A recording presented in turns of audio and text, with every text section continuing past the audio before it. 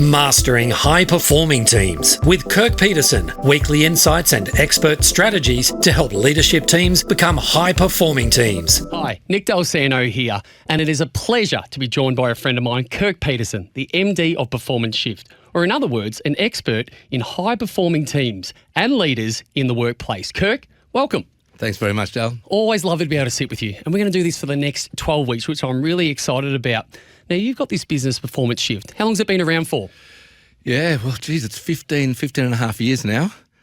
Feels like yesterday, but it's 15 and a half years, Dal. And give me a bit of an overview about what you do and how you help businesses all over the world. Sure.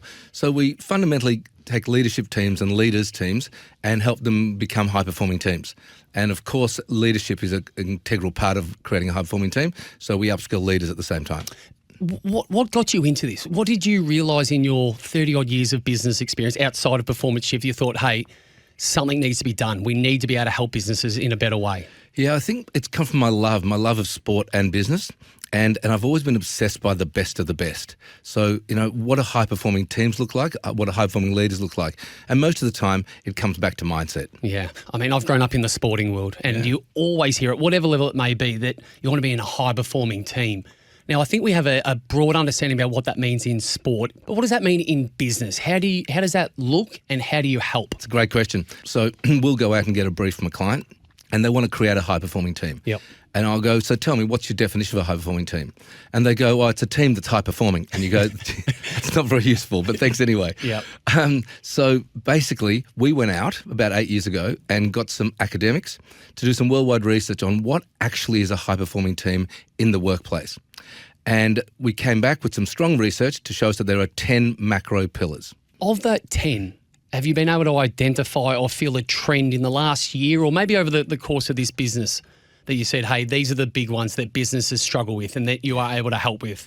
Absolutely is the answer to your question. So the biggest one we're seeing is lack of psychological safety. Yeah. So which fundamentally means people not feeling safe to speak up. Now, we're seeing that everywhere at the moment, Dal, which is not great. Yeah. The second one is alignment. Geez, we all think we're aligned until we go and find out. So alignment, we're not aligned to the results, we're not aligned to the values and the behaviours, or we're not aligned to a lot of other components, especially things like priorities and tasks. And the third one, which we're seeing, is we're just not seeing performance management.